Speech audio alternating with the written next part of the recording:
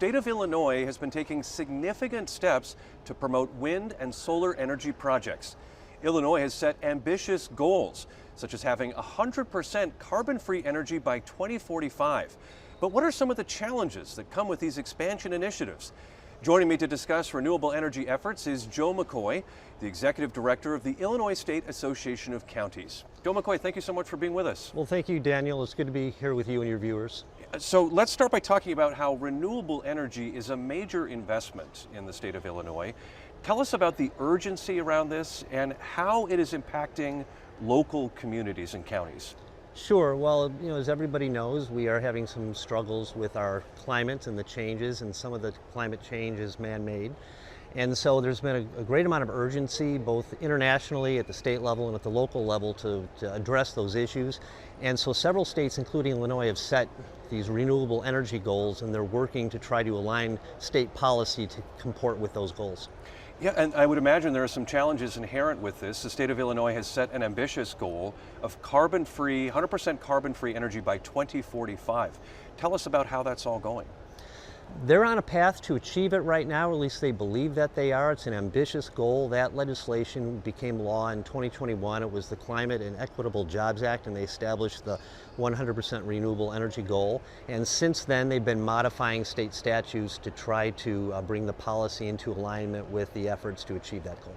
Let's get into the legislative part a little bit. How is the legislation advancing these goals? Tell us about the nature of the legislation that has either been passed or you're seeking to have passed. Sure. So one of the bills that became law that we're most concerned about occurred in 2023, and that is when industry went to state leaders and made the case, to the best of their ability, I suppose, that local governments, particularly counties, were standing in the way of renewable energy. Now, we had our own survey. We can't find any indication or any evidence that what industry was telling the state leaders was true, so we put out our own survey, and we found that in the majority of cases, a vast majority of cases, counties were approving these wind and solar facilities, but industry had prevailed upon our General Assembly and Governor to pass this law, which preempted local zoning authority, which makes it easier for the state, for these industries to come in and set up wind and solar. It used to be the case you had to work with the community,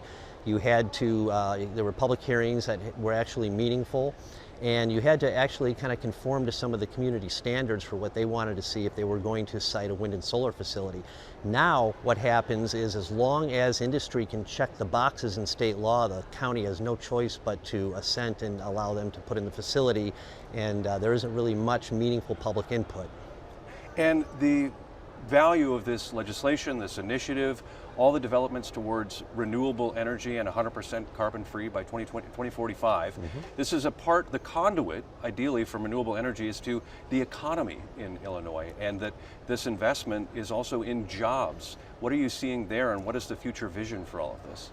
Yes, well, thanks for that question, and I do want to emphasize that we have a lot of county leaders, many county leaders, that want to see renewable energy. They embrace this new industry because this industry will generate jobs. It will spur our Illinois' economy as we establish some of these wind and solar facilities and employ people in those endeavors.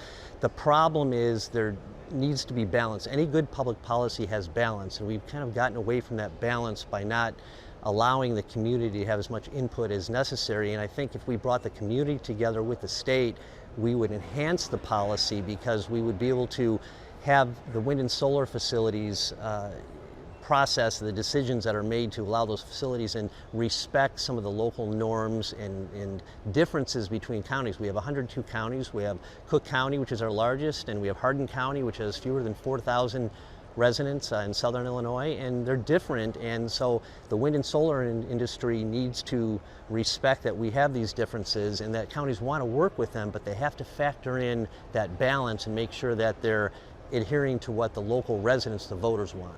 A lot of complexities with this. Looking ahead, maybe even 5 years or 10 years from now, as you head towards this goal by 2045, what do you see? What are some of the promising signs that you're already looking at? Our economy is starting to add more wind and solar facilities. I know based on the survey that we conducted, which was we had about a 25% response rate, so it was about 26 counties in Illinois. We have 102 total. There were about 400 approved, just among these 25 count, 26 counties, there were about 400 approved projects. And if you were to take all the approved projects together and put it over a land mass, that would be about 40% of the size of the city of Chicago. And that's just a quarter of the county, so you can imagine how many facilities we may have, and that's really going to drive economic development and lead to our achievement of our renewable energy goals. Again, though, we want to make sure that county officials, farmers, and local residents have a seat at the table when making decisions about how these facilities are sited. Congratulations on all the success so far, and good luck with it going forward. Joe McCoy, thank you so much for joining us. Thank you.